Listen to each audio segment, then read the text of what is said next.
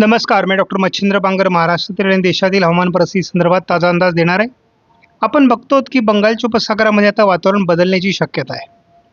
अरबी समुद्रातही नव्याने वातावरण तयार होईल, परंतु सध्या पावसाचा खंड असल्यामुळे फारसं पावसाळी वातावरण महाराष्ट्रामध्ये नाही. विरळ एखाद दुसऱ्या ठिकाणी स्थानिक वातावरण होऊन पाऊस पडू शकतो, परंतु विशेष पावसाची नोंद महाराष्ट्रात सध्या होणार नाही. मात्र उत्तर भारतात आलेल्या डब्ल्यूडीमुळे मध्य भारत, उत्तर भारत असं थोडं पावसाळी वातावरण तयार होण्याची शक्यता आहे. 29 तारखेपासून मान्सूनने पुढील कुठलीही प्रगती केलेली नाही. मान्सून एका ठिकाणी खिळून आहे. याचाच अर्थ पश्चिमी वाऱ्यांचा प्रभाव मान्सूनला पुढे सरकण्यास मज्जाव करतोय. पर्यायाने त्याला पुढे सरकण्यासाठी जे अनुकूल वातावरण आहे ते 12-13 तारखेपासून सुरू होईल. म्हणजे चक्क 12-13 तारखेपर्यंत मान्सून पुढे सरकू शकणार नाही. उत्तर भारतामध्ये डब्ल्यूडी सक्रिय झाल्यामुळे काही ठिकाणी मेघगर्जनेसह पावसाचं वातावरण तयार होऊ लागलं आहे.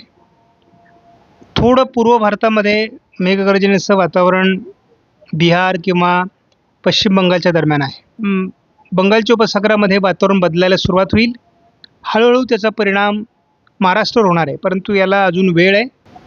उत्तर भारतात डब्ल्यूडी सक्रिय झाल्यामुळे थोडं राजस्थान, गुजरातच्या काही भागात पावसाळी वातावरण तयार होऊ शकतं. हलक्या स्वरूपात कोकण किनारपट्टीला पावसाळी परिस्थिती वाढू शकते. महाराष्ट्रात विरळ पावसाची शक्यता आहे. 4 तारखेला थोडं ढगाळ परिस्थिती महाराष्ट्रात वाढू शकते. कोकणात पावसाळी वातावरणाच्या एखाद दुसऱ्या सरीची शक्यता आहे. 5 तारखेपासून उत्तर महाराष्ट्राच्या काही भागात विरळ पावसाची शक्यता आहे. 6 तारखेला महाराष्ट्रात भाग बदलत हलक्या मान्सून सरी होण्याची शक्यता आहे. 7 तारखेलाही तीच परिस्थिती आहे. यापूर्वी मी अनेक व्हिडिओमध्ये सांगितलं आहे की मृग नक्षत्राच्या मुहूर्तावर 8 तारखेला महाराष्ट्रात बऱ्याच ठिकाणी मेघगर्जनेसह विजांच्या कडकडाटासह स्थानिक स्वरूपाचं वातावरण तयार होऊन पाऊस पडण्याची शक्यता आहे. हे थोडं वातावरण महाराष्ट्रामध्ये पश्चिम महाराष्ट्र, पूर्व मराठवाडा, विदर्भ या भागामध्ये 9 तारखेला असण्याची शक्यता आहे. 10 तारखेला मात्र पावसाळी वातावरणाचा प्रभाव कमी होण्याची शक्यता आहे. 11 तारखेलाही पावसाळी प्रभाव कमी असेल, परंतु बंगालच्या उपसागरात काही हालचाली सुरू होत आहेत आणि त्यावर आपण लक्ष ठेवून आहोत. 12 तारखेला देखील विशाखापट्टणमच्या दरम्यान पहिला कमीदाब बंगालच्या उपसागरात तयार होण्याची शक्यता आहे आणि त्यामुळे 12 तारखेला रात्रीपासूनच महाराष्ट्राच्या काही भागात पावसाळी परिस्थितीचे संकेत आहेत. 3 तारखेला थोडं मध्य प्रदेशच्या काही भागात डब्ल्यूडीमुळे वातावरण बदलण्याची शक्यता आहे. त्यामुळे महाराष्ट्रात थोडी ढगाळ परिस्थिती, कोकणात हलक्या सरींची शक्यता आहे. 4 तारखेला थोडं विरळ पावसाळी वातावरण महाराष्ट्रात असू शकतं, परंतु कोकणात मात्र वातावरण पोषक होत आहे. 5 तारखेला थोडं उत्तर महाराष्ट्राच्या काही भागात आणि मराठवाड्याच्या उत्तरेला पावसाळी क्षेत्र निर्माण होऊ शकतं. 6 तारखेलाही थोडं पश्चिम महाराष्ट्र, दक्षिण कोकणात हलक्या पावसाची शक्यता आहे. 7 तारखेला थोडं पश्चिम महाराष्ट्र, मध्य महाराष्ट्र, कोकण, उत्तर महाराष्ट्र असं पावसाळी वातावरण वाढण्याची शक्यता आहे. हा हलक्या स्वरूपाचा पाऊस असेल. 8 तारखेला मात्र थोडी मेघगर्जना महाराष्ट्रात अपेक्षित, मध्य महाराष्ट्र, पश्चिम महाराष्ट्र, कोकणामध्ये.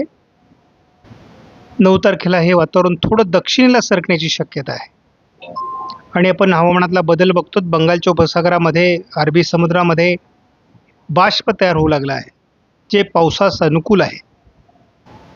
10 तारखेला महाराष्ट्रात थोडं दक्षिणी भागात वातावरण असण्याची शक्यता आहे. लातूर, धाराशिव, सोलापूर, सांगली, सातारा, रत्नागिरी, सिंधुदुर्ग या भागामध्ये. 11 तारखेला महाराष्ट्रात फारसं पावसाळी वातावरण असणार नाही, परंतु दोन्ही समुद्रात पावसास अनुकूल स्थिती तयार होते आहे. 12 तारखेला जे संकेत आहेत, दोन्ही समुद्रांमध्ये पावसाळी परिस्थिती निर्माण होईल. मान्सून पुन्हा रिॲक्टिव्ह होणार आहे.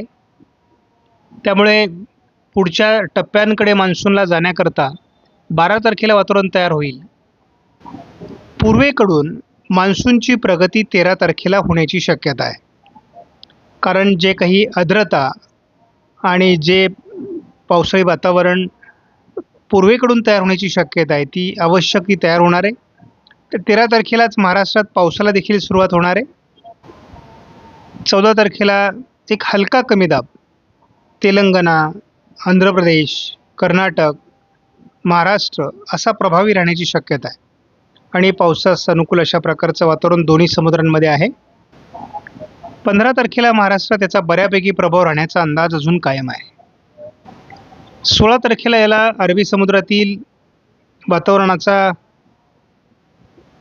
प्रभाव आणखी जुळल्यामुळे महाराष्ट्रात एक डिप्रेशन तयार होण्याची शक्यता आहे आणि त्यामुळे पुन्हा एकदा अतिमुसळधार पावसाची शक्यता महाराष्ट्रातील काही भागात तयार होऊ शकते, हा असा प्राथमिक अंदाज आहे. आपण या ठिकाणी एक महत्त्वाची नोंद घेणार आहोत. आजच्या अंदाजानुसार महाराष्ट्रामध्ये या भागामध्ये जे आपण बघू शकता की या भागामध्ये महाराष्ट्रामध्ये बहुतांश भाग ह्या जवळपास या भागामध्ये मोठं पावसाळी क्षेत्र 15-16 तारखेला असण्याची शक्यता आहे आणि त्याच वेळेस आपण बघतो की एक अरबी समुद्रात देखील क्षेत्र असणार आहे जे या भागावर परिणाम करणार आहे. म्हणजे पुन्हा एकदा अतिवृष्टीची परिस्थिती महाराष्ट्रात निर्माण होते की काय असा थोडा अंदाज येऊ लागला आहे. उद्या कोकण किनारपट्टीला थोडं वातावरण ढगाळ होण्याची शक्यता आहे, थोडं पावसास अनुकूल बनण्याची शक्यता आहे. 4 तारखेला महाराष्ट्रात जळगाव, बीड, परभणी, छत्रपती संभाजीनगर, जालना, लातूर, धाराशिवच्या काही भागात पावसाची शक्यता आहे. रात्री उशिरा एक क्षेत्र थोडं अकोला, अमरावती, बुलढाण्याकडे सरकण्याची शक्यता आहे. 5 तारखेला नाशिक जिल्ह्यात आणि छत्रपती संभाजीनगरमध्ये पावसाळी परिस्थिती वाढू शकते धुळ्यापर्यंत. 6 तारखेला थोड्याफार प्रमाणात पुणे, सातारा, सांगली या भागात पावसाची शक्यता आहे. याच भागात म्हणजे नाशिक, अहिल्यानगर, पुणे, सातारा, सांगली, सोलापूर, धाराशिव आणि कोकण किनारपट्टीला 7 तारखेला पावसाची शक्यता आहे. पावसाच्या प्रमाणामध्ये मोठी वाढ 8 तारखेला आपल्याला अपेक्षित आहे महाराष्ट्रामध्ये. हा पाऊस तसा मान्सून सरींचा असल्यामुळे फार मोठ्या प्रमाणात होणार नाही, परंतु मध्यम स्वरूपाचा पाऊस महाराष्ट्रात बऱ्याच जिल्ह्यांमध्ये अपेक्षित आहे आणि रात्री उशिरा तो मराठवाड्याच्या इतर जिल्ह्यांमध्येही जाण्याची शक्यता आहे. 9 तारखेला देखील महाराष्ट्राच्या बऱ्याच जिल्ह्यांमध्ये पावसाळी परिस्थिती असणं अपेक्षित आहे आणि 9 तारखेला देखील उशिरा हे वातावरण मराठवाड्याकडे सरकेल. 10 तारखेला मात्र थोडं दक्षिणेला हे वातावरण सरकणार आहे.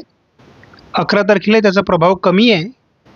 12 तारखेपासून हवामानात बदल व्हायला सुरुवात होईल आणि बंगालच्या उपसागरातून बाष्पयुक्त वारे भारताच्या भूभागावर यायला सुरुवात होईल. 12 तारखेला रात्री आपण बघतो वातावरण महाराष्ट्राच्या काही भागामध्ये म्हणजे बीड, परभणी, नांदेड, लातूर, धाराशिव, सोलापूर, चंद्रपूर, गडचिरोली, नागपूर, भंडारा, गोंदिया, वाशिम, हिंगोलीपर्यंत हे प्रभाव सुरू होईल. रात्री 13 तारखेला महाराष्ट्राच्या बहुतांश जिल्ह्यात पाऊस असणार आहे.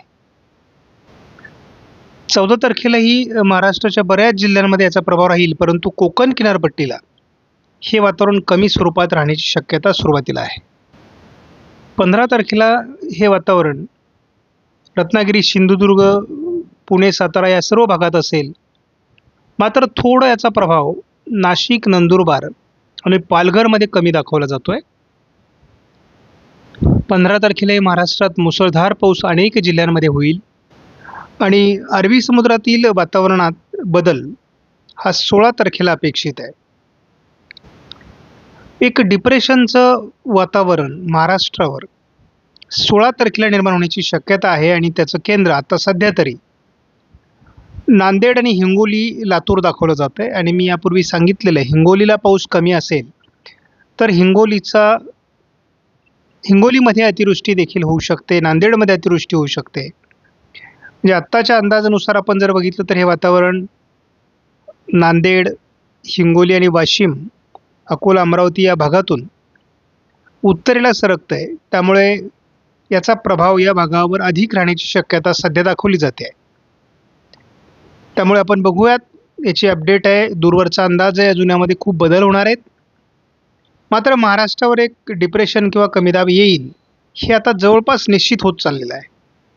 आपणास व्हिडिओमधील माहिती महत्त्वपूर्ण वाटल्यास लाईक करा, शेअर करा, चॅनलला सबस्क्राईब करा. धन्यवाद.